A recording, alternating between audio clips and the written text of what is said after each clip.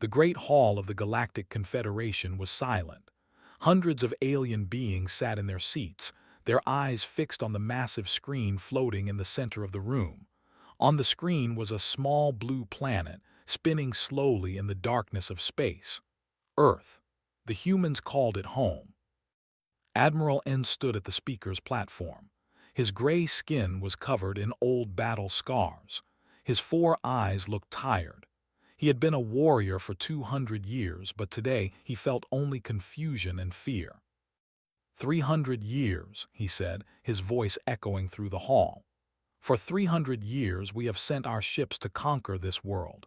47 invasion fleets, 12 different species, the finest warriors in the galaxy. He paused and looked at the faces around him. Some were angry, some were scared. All were listening. None of them came back.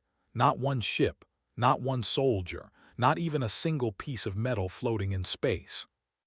A murmur spread through the crowd. Admiral N raised his hand for silence. We have sent probes. We have watched from far away. The humans continue their lives as if nothing happened. They watch their entertainment programs. They argue about politics. They complain about weather. They do not even know they were attacked. An old creature with tentacles instead of arms stood up from his seat. Perhaps they have a weapon, something that destroys ships completely. We should send a larger fleet. We sent the largest fleet in galactic history, Admiral N replied. 2,000 ships, gone in less than 1 hour. The tentacled creature sat back down slowly. Far across the galaxy on the planet Earth, it was early morning in Korea. Lieutenant Park sat at her desk in the Defense Command Center, drinking her 3rd cup of coffee. She was 28 years old, with short black hair and tired eyes. She had been working the night shift for 6 months now. Her job was simple but boring. She watched satellite data. She looked for anything unusual in space near Earth. Mostly she found nothing. Sometimes she found space rocks. Once she found a broken satellite from the 1990s. Tonight she found something strange. Her computer showed a small disturbance near Jupiter. It lasted only a few seconds. The gravity in that area had changed slightly, as if something very large had moved through space. Frowned at her screen. She typed some commands and looked at the data again. The disturbance was real. Something had passed by Jupiter, moving toward the inner solar system. She picked up her phone and called her supervisor.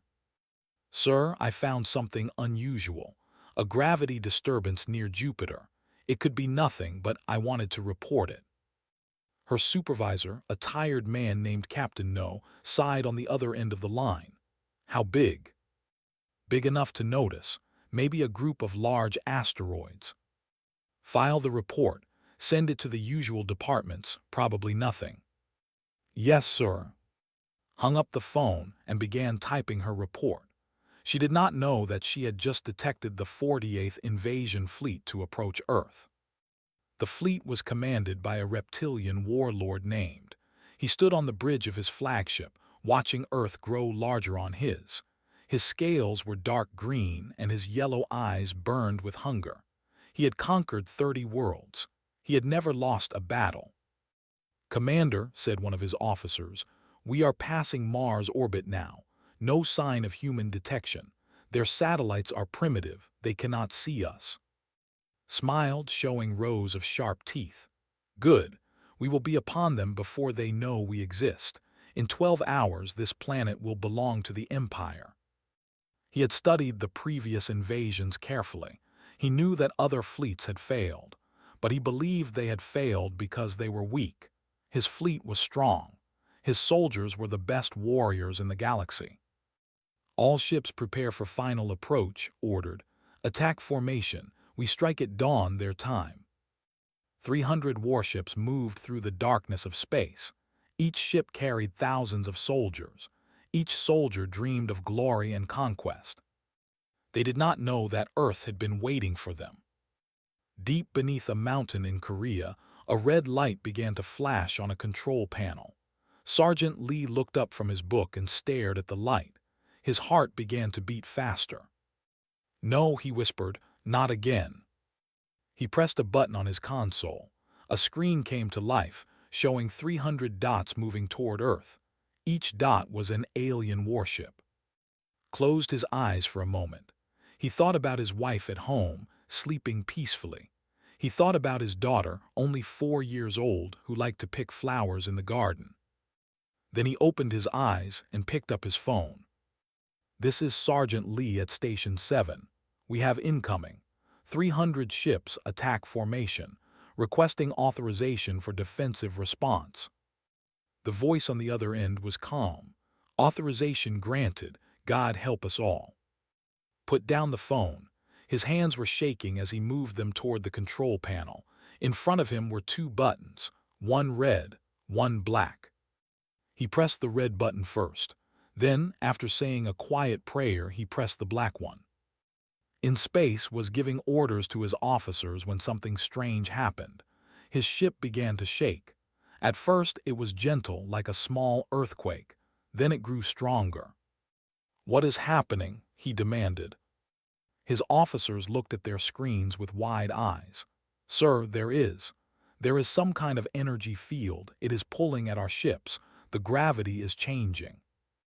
"Impossible. Activate shield. All ships activate shields." But it was too late. The shaking grew violent, grabbed his command chair to stay standing. Around him, his officers were screaming. He saw his other ships beginning to stretch and twist, as if reality itself was pulling them apart. Metal bent like paper. Stars swirled like water going down a drain. The last thing saw was the blue planet Earth, peaceful and quiet, turning slowly in space.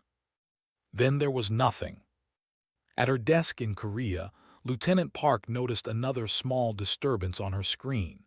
She frowned, made a note in her report, and took another sip of coffee. It was going to be a long night. The Galactic Confederation was afraid. For the first time in 10,000 years, they had found something they could not understand. They had sent their greatest fleets to conquer a small blue planet, and those fleets had disappeared like smoke in the wind. So they decided to try something different. Instead of sending warriors, they would send a watcher, someone who could get close to Earth, study the humans, and discover their secrets.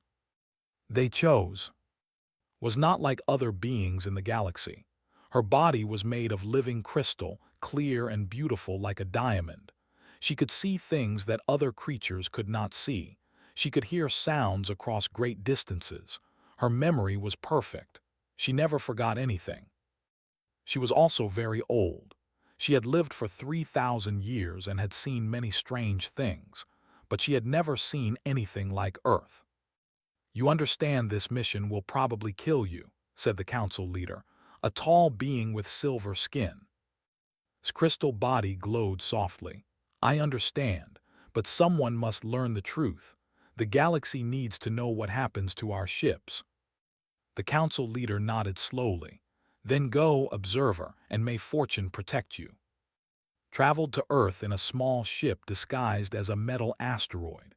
She moved slowly, taking 6 months to cross the distance from the edge of the solar system to Earth's neighborhood. She did not want the humans to notice her. During those 6 months, she watched and listened. The humans were fascinating.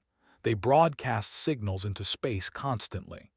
Radio waves carrying music, news, conversations, and entertainment. Listened to all of it, learning their languages, understanding their culture. She found them confusing. These creatures fought wars against each other. They hurt their own planet with pollution and destruction. They built weapons that could destroy cities in seconds. They seemed violent and dangerous. But they also created beautiful music that made its crystal body vibrate with emotion. They wrote stories about love and hope and sacrifice. They spent money and time trying to save animals that were dying out. They sent doctors to help sick people in poor countries. They dreamed of traveling to the stars not to conquer, but to explore and learn. How can one species be so cruel and so kind at the same time? Wondered. She settled into orbit around Earth's moon, hiding in the shadows of a crater. From there, she could watch everything. One night, she detected something interesting. A small probe from the Confederation was entering Earth's atmosphere. It was an automated scout sent to test the humans' defenses. Watched carefully. The probe entered the atmosphere over the Pacific Ocean. It was moving fast, trying to avoid detection. But within seconds, something happened. In Seoul, a young man named Sergeant was working at his computer in a military building. He was 25 years old, fresh out of training. His job was to monitor radar signals for anything unusual. His screen suddenly lit up with a warning. Leaned forward, his eyes wide. An unknown object was falling through the atmosphere. It was not a plane. It was not a satellite. It was something else. He grabbed his phone. "Sir, we have an unidentified object entering our airspace. It came from space. It's moving in an unusual pattern." Within minutes, the whole building was awake. Officers ran to their stations. Phones rang everywhere. Someone called the Americans. Someone called the Japanese. Someone called the United Nations. Fighter jets launched from 3 different countries. Ships in the ocean changed course. Satellites turned their cameras toward the falling object. Watched all of this with amazement. The humans were not panicking. They were working together, quickly and efficiently. Countries that normally argued with each other were now sharing information freely. The probe tried to escape, but it was too slow. The humans tracked it with perfect accuracy. A fighter jet from Korea, piloted by a woman named Captain Shin, flew alongside the object and fired a special net made of strong cables. The probe was caught. Within hours, it was sitting in a secret laboratory. Scientists from 12 different countries gathered around it, taking pictures, running tests, trying to understand what it was. Had expected the humans to destroy the probe. Instead, they captured it. They wanted to study it. They wanted to learn from it. This was the moment began to understand. She spent the next few weeks hacking into human computer systems. It was not difficult. Human technology was primitive compared to galactic standards, but what she found inside those computers changed everything. The humans had known about alien life for almost 80 years. It started in 1947 when an alien ship crashed in a desert in America. The humans kept it secret from their own people. They studied the wreckage. They learned from it. Since then, they had been preparing. Every time an alien ship crashed on Earth, they collected it. Every time an alien body was found, they studied it. Every time a piece of technology fell from the sky, they took it apart and tried to understand it. Found records of crashed ships from dozens of different species. She found medical reports on alien bodies. She found engineering documents showing how humans had alien technology and made it their own. But the most surprising thing was what the humans did with the survivors. Sometimes aliens survived their crashes. The humans captured them, of course, but they did not torture them. They did not experiment on them cruelly. Instead, they tried to communicate with them. They gave them food and shelter. They treated their injuries. Many of the captured aliens eventually talked to the humans, not because they were forced to, but because they were lonely and the humans were willing to listen. Found a video recording from 30 years ago. It showed a human woman talking to an old alien from the Empire. The alien was dying of age. "Why did you help us?" the human woman asked. Her name was displayed on the screen, Captain Han. The old alien looked at her with tired eyes. "In 300 years of war, no one ever just talked to me. Your people captured my body, but you never tried to break my spirit. You treated me like a person, not a thing." He coughed weakly. "The galaxy sees you as primitive animals. They are wrong. You are something new, something different. I hope you survive long enough for them to understand." The recording ended. Floated in her hiding spot on the moon, her crystal body dark and still. She had come to find a weapon. Instead, she had found something else. The humans' greatest strength was not their technology. It was not their military. It was their curiosity, their ability to connect with others, their strange habit of treating enemies with kindness. The galaxy had been trying to destroy them for 300 years, and all that time the humans had been learning, adapting, growing stronger. Realized that she had a choice to make. She could report everything to the Confederation. She could tell them about the gravity weapons, the captured technology, the human psychology.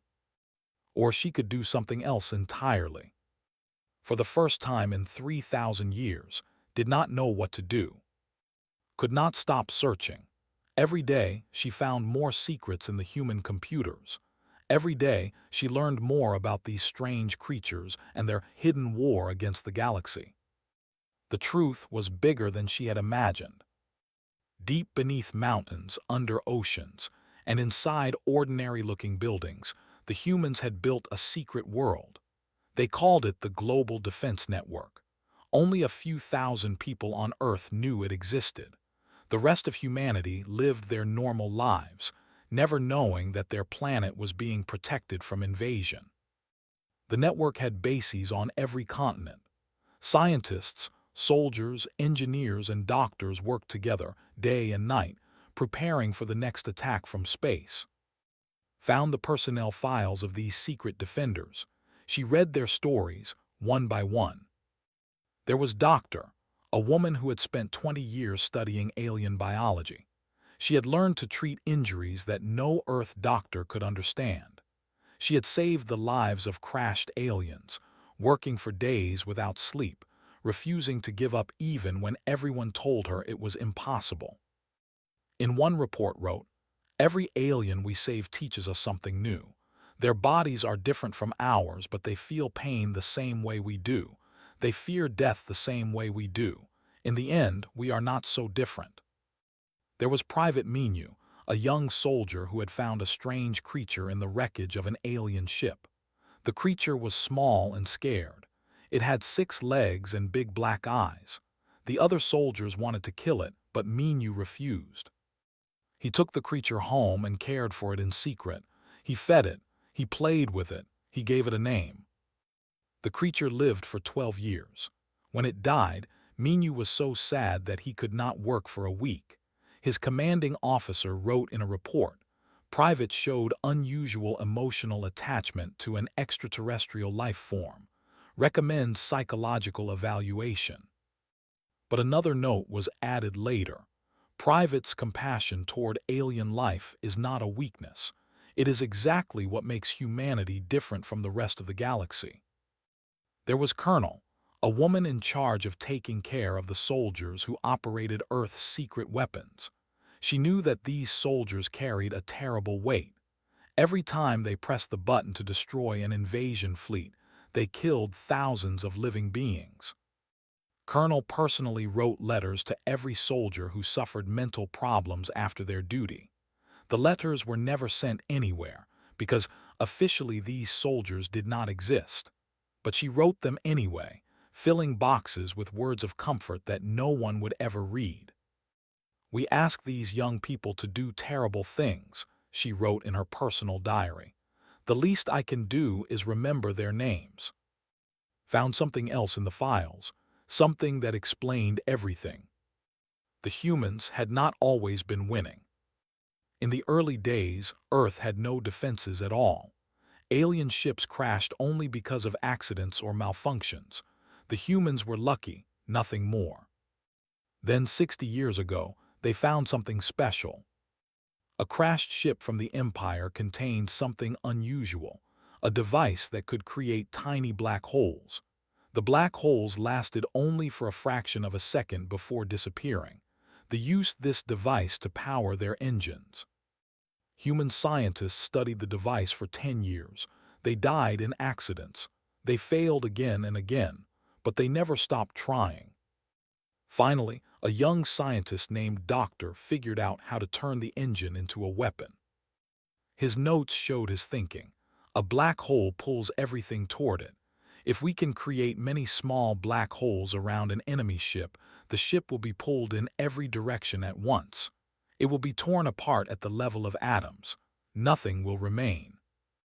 The weapon worked, but it had terrible costs. Each time the weapon was used, it needed enormous amounts of power. Sometimes the equipment failed. Sometimes the operators were killed by accidents. Sometimes the black holes lasted too long, pulling in things that should not be pulled in. Found records of human casualties. 37 operators had died over the years, killed by their own weapon. Their names were written in a secret memorial that no one outside the program would ever see. She also found records of what the weapons did to the people who used them. Sergeant Lee was one of these operators. He was the one who had destroyed the most recent invasion fleet. Found his psychological evaluation reports. Patient shows symptoms of severe guilt and depression, one report said. He speaks often of the lives he has taken. He has nightmares about alien families who will never know what happened to their loved ones.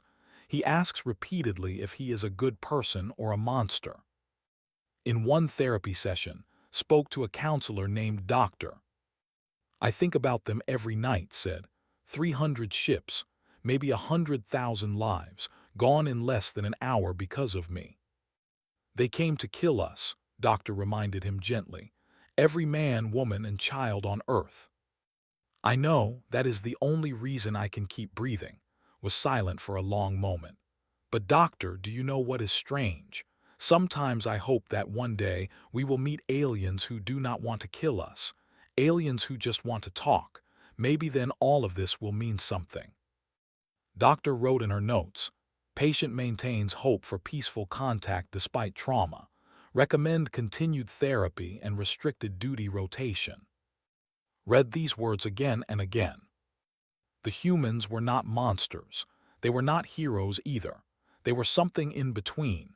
They killed to survive, but they hated the killing. They fought to protect their world, but they dreamed of a day when fighting would not be necessary. In all her 3,000 years, had never met a species like this. The galaxy was full of conquerors, species that took what they wanted and destroyed anyone who stood in their way. The strong ate the weak. That was the law of the universe. But the humans had a different law. They believed that strength should protect the weak, not crush them. They believed that enemies could become friends. They believed that the future could be better than the past. It was foolish, it was naive, and yet somehow it was also beautiful. Made her decision. She would not tell the Confederation everything. She would not give them the information they needed to destroy Earth. But she also could not stay silent forever. The Confederation would send more fleets, more observers. Eventually, they would learn the truth. Earth needed more than secrets to survive. Earth needed a friend in the galaxy. Realized that she wanted to be that friend. But first, she had to finish her mission. She had to send something to the Confederation, something that would buy the humans more time. She began to plan. Spent 3 more weeks watching Earth. She wanted to understand everything before she acted. She wanted to be sure. During those weeks, she saw things that broke her heart and filled it with hope at the same time. She watched a human hospital where doctors worked for 30 hours without rest to save a child's life. She watched soldiers share their food with homeless people on cold nights. She watched an old woman sit beside her dying husband, holding his hand and telling him stories about their life together. She also watched the secret defenders of Earth prepare for the next attack. In a hidden base under the mountains of Korea, Captain Han called a meeting of her senior officers. Watched through a security camera she had hacked. Was 53 years old now. Her black hair had turned gray at the edges. Her face showed the weight of years spent carrying secrets that could never be told. We have a problem, she said to her officers. The gravity weapon is failing. The room went silent. A young engineer named Lieutenant spoke up. What do you mean, Captain? The power systems are old. We have been using them for 30 years. Each time we activate the weapon, the systems get weaker. The scientists estimate we have maybe 5 or 6 more uses before complete failure. Can we build new systems? Asked Colonel. Shook her head. We do not fully understand how the alien technology works. But we cannot make more. When these systems die, we will have no defense against invasion. The officers looked at each other with fear in their eyes. Felt that fear too. She understood now how fragile Earth's protection really was. The humans were not powerful. They were desperate. They had built their defense from stolen pieces of alien ships, held together with hope and determination. And it was falling apart. There is another option, said slowly. We could try to make contact, find allies in the galaxy, species who might help us instead of attacking us. An older officer laughed bitterly. Captain, every species we have encountered has tried to kill us. Why would any of them help? Because not everyone in the galaxy is a conqueror, replied. We have learned this from the aliens we captured. There are species out there who value peace, species who trade and cooperate instead of fighting. We just need to find them. The meeting ended without a decision. The officers left, their faces heavy with worry. Watch stay behind in the empty room. The captain sat at the table, her head in her hands. For a moment, she looked not like a military leader, but like a tired woman who had carried too much for too long. Please, whispered to no one. If anyone out there can hear us, we are not your enemy. We never wanted to fight. We just want to live.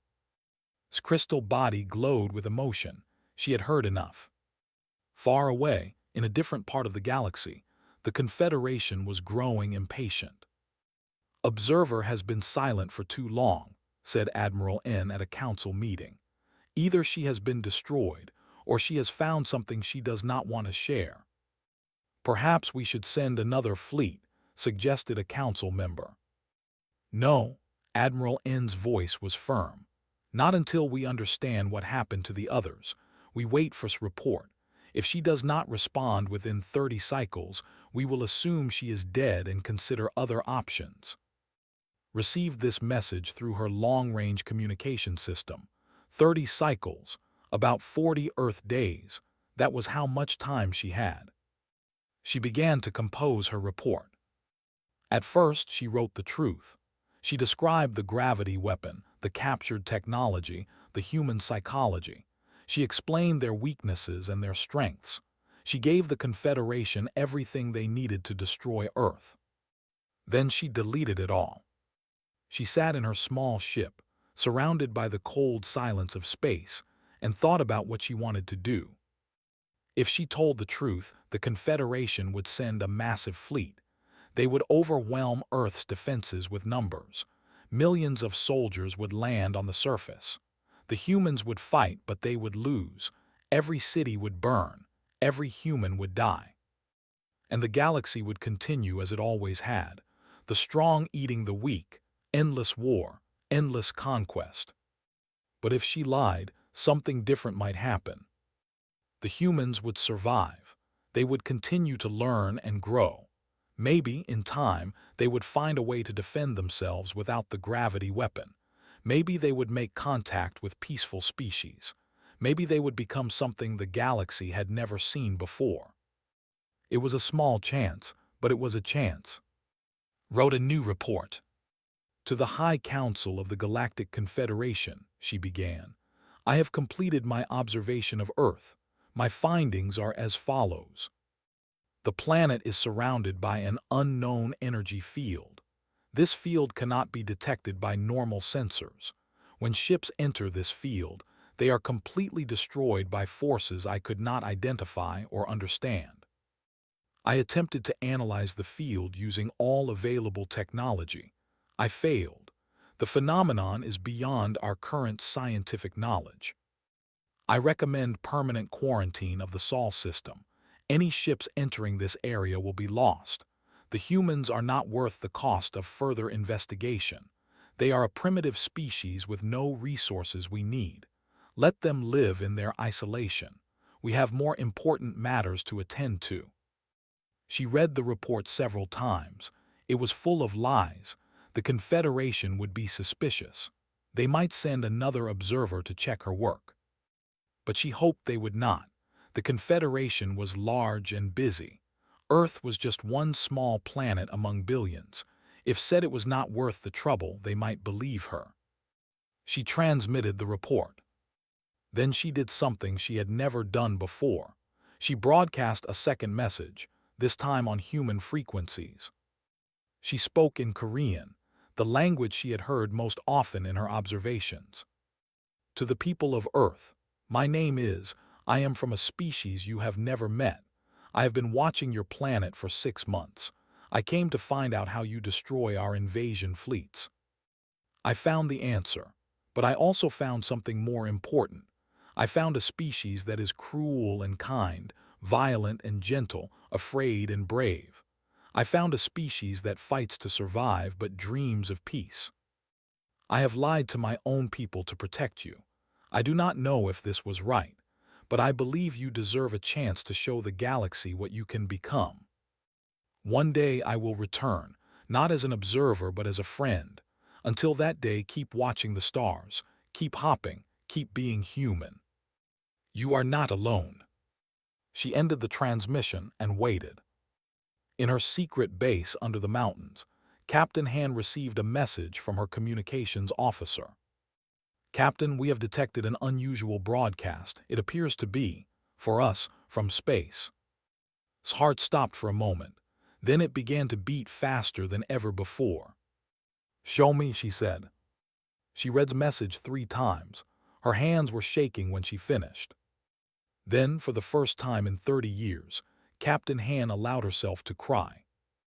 The message from changed everything. Captain Han gathered her most trusted officers in a secure room. She showed them the broadcast from space. She watched their faces as they read the words of an alien who had chosen to protect humanity instead of destroy it. Some of them cried, some of them laughed, some of them simply sat in silence, unable to believe what they were seeing. "Is this real?" asked Lieutenant. "Could it be a trick?" "It is real," replied. "Our scientists have analyzed the signal. It came from near the moon. It uses technology we have never seen before. No human could have made this broadcast." Colonel leaned forward. "She says she lied to her own people. She protected us. But why? Why would an alien risk everything to help us?" Thought about this question for a long time before answering. Because she saw something in us that we sometimes forget to see in ourselves. She saw that we are more than just survivors. We are dreamers, builders, lovers. We make mistakes, but we also make beauty. We hurt each other, but we also heal each other. Maybe that is worth protecting. The officers nodded slowly. For the first time in decades, they felt something new. They felt hope. "What do we do now?" asked a young officer named Captain. Smiled. "We prepare, not just for war but for peace. We build new communication systems. We study every alien language we have collected. We train diplomats as well as soldiers, and we wait for our friend to return." On the moon, watched Earth through her sensors. She saw lights turning on in cities as the sun moved across the planet. She saw ships sailing on blue oceans. She saw airplanes drawing white lines across the sky. She saw children playing in parks, old people sitting on benches, lovers walking hand in hand. For 3,000 years, had watched civilizations rise and fall. She had seen empires destroy each other. She had seen beautiful worlds turn to ash. But she had never felt this way before. She had never cared about the survival of a species that was not her own. The humans had changed her. Without knowing it, they had taught her something new about the universe. Life was not just about survival. It was about connection. It was about hope. It was about reaching across the darkness to touch another being and say, "I see you. You matter." Began to plan her next move. She would travel to the edges of the galaxy, to places where the Confederation had little power. There were species out there who might be willing to help Earth. Scientists who valued knowledge over conquest, traders who wanted peace because peace was good for business, explorers who dreamed of meeting new friends. She would find them. She would tell them about the humans. She would build a network of allies who could protect Earth when the Confederation finally decided to attack again. It would take years, maybe decades, but had time. She was 3,000 years old. She could wait. 5 years passed. On Earth, things changed slowly but steadily. The secret defenders continued their work, but now they had new missions. They built communication arrays that could send messages into deep space. They studied alien languages and cultures. They prepared for the day when humanity would finally step onto the galactic stage. Captain Han retired. She was replaced by a younger officer named Director. He was smart, patient, and believed deeply in the mission. Doctor continued her work in xenobiology. She trained a new generation of doctors who could treat alien patients. She wrote textbooks that would help humanity understand the creatures they might meet among the stars. Sergeant Lee finally found some peace. With the help of Doctor, he learned to live with his guilt. He started teaching young operators, sharing not just technical skills, but also the importance of remembering that enemies were also living beings. Lieutenant Park was promoted to captain. She now led the team that watched for alien activity in the solar system. Every night, she looked at her screens and wondered if this would be the night that returned. On a quiet evening in autumn, it happened. A signal appeared on the screens at Defense Command. It was coming from the edge of the solar system, moving slowly toward Earth. It was not hostile. It was not hiding. It was broadcasting a message.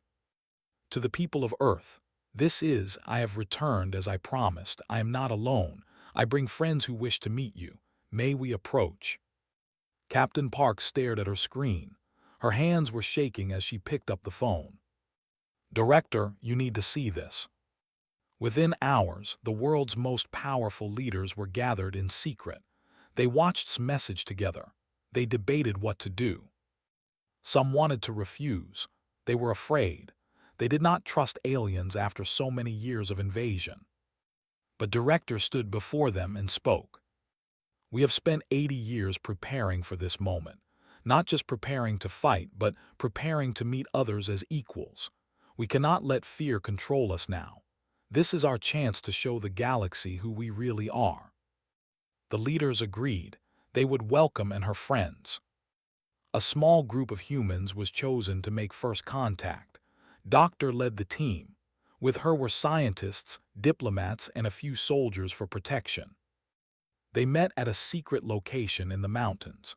Her crystal ship landed softly in a field of flowers. When she emerged, she was more beautiful than anything the humans had ever seen. Her body sparkled with light from within, shifting through colors like a living rainbow. Doctor walked forward slowly. She was nervous, but she was also excited. This was the moment she had worked toward her whole life. Welcome to Earth, she said in the alien language she had spent years learning. We have been waiting for you. His crystal form pulsed with what might have been joy. Thank you for your welcome. I have thought about this moment for 5 years. I have traveled far to bring you friends. Behind her, other beings emerged from the ship. They were different shapes and sizes. Some had tentacles. Some had wings.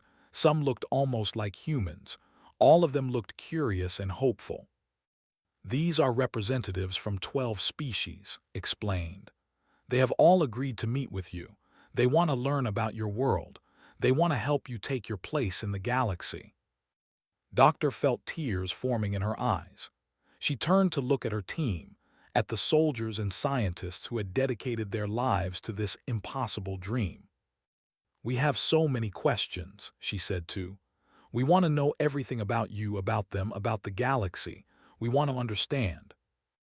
Moved closer. Her crystal body made a soft singing sound, like wind chimes in a gentle breeze. That is exactly what makes your species special, she said. You want to understand, not to conquer, not to control, just to learn. In 3,000 years, I have never met anyone like you. She extended part of her crystal form, like a hand reaching out. Let us learn together. Let us build something new. Let us show the galaxy that there is another way. Doctor reached out and touched the crystal surface. It was warm, like sunlight on skin. Behind them, the sun was setting over the mountains. The sky turned orange and pink and gold. Birds flew overhead, singing their evening songs. Earth was no longer alone. The humans had survived invasions, disasters, and their own worst instincts. They had built weapons of terrible power, but they had also kept their capacity for kindness. They had been afraid of the stars, but they had never stopped looking up.